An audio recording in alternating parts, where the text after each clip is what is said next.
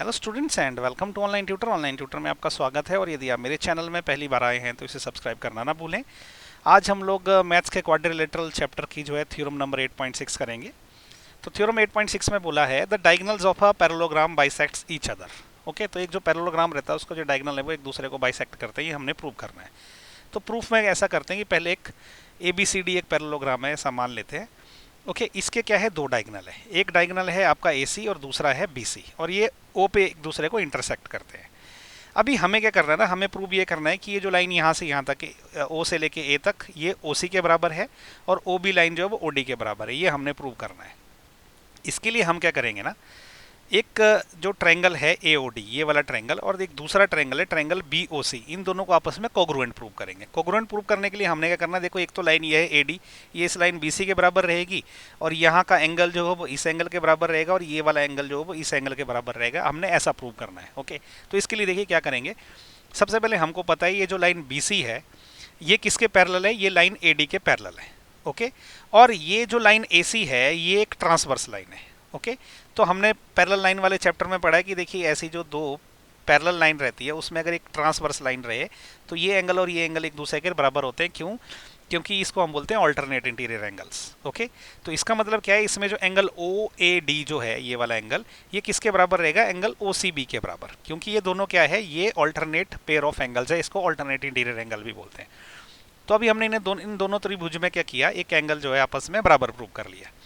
Okay, अब देखिए ये जो लाइन AD है और ये जो लाइन BC है ये दोनों बराबर रहेगी। क्यों? क्योंकि ये ऑपोजिट साइड ऑफ पैरेललोग्राम है जो कि आपस में बराबर होती है।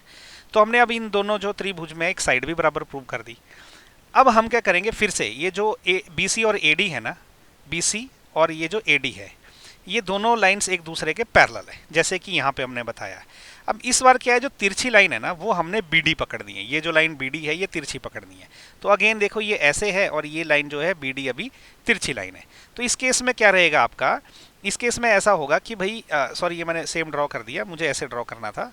ये और BD जो है वो ऐसे है। अब ये एंगल जो है इस एंगल के बराबर रहेगा, मतलब ये वाला एंगल जो है इस एंगल के बराबर होगा। तो इसका मतलब क्या हो गया कि ये जो एंगल ODA है ये वाला एंगल ये किसके बराबर रहेगा, एंगल OBC के बराबर रहेगा। ओके, तो ऐसा क्यों होगा, अगेन ये ऑल्टरनेट इंटीरियर एंगल है या जिसको हम पेयर ऑफ ऑल्टरनेट एंगल भी बोलते हैं। तो अभी हमने इन दोनों त्रिभुज में क्या किया, एक और एंगल जो है वो बराबर प्रूव कर दिया। तो अब ये दोनों त्रिभुज जो है एंगल साइड एंगल कोग्रुएंसी के हिसाब से क्या हो जाएंगे, वो कोग्रुएंट हो जाएंगे। ओके, ये दोनों जो ट्रायंगल घूम रहे हैं तो इसमें कौन सा वाला रूल लगा, एंगल साइड एंगल कोग्रुएंसी रूल। अब अगर ऐसा है तो अब इसके कॉरेस्पॉन्डिंग पार्ट भी बराबर रहेंगे। ओके, तो अब क्या होने वाला है, ये देखिए आपका जो O है वो OC के बराबर रहेगा। ओके, तो ये जो दोनों लाइनें अभी घूम रही है OA लाइन ये OC के बराबर रहेगी, मतलब ये लाइन अभी इसके बराबर हो गई। इसी प्रकार से ये जो लाइन है आपकी OD और ये लाइन जो है OB ये भी दोनों एक दूसरे के बराबर हो जाएंगी। ओके, तो हमने ये लाइन इसके बराबर प्रूव कर दी, ये CPCT से हुआ। ओके, तो अब इसका मतलब क्या हुआ कि ये जो डायगोनल है पैरेललोग्राम के वो एक दूसरे को वो बाइसेक्ट करते हैं। ओके, तो इसी के साथ जो है थ्योरम 8.6 का भी प्रूफ हमने कर लिया।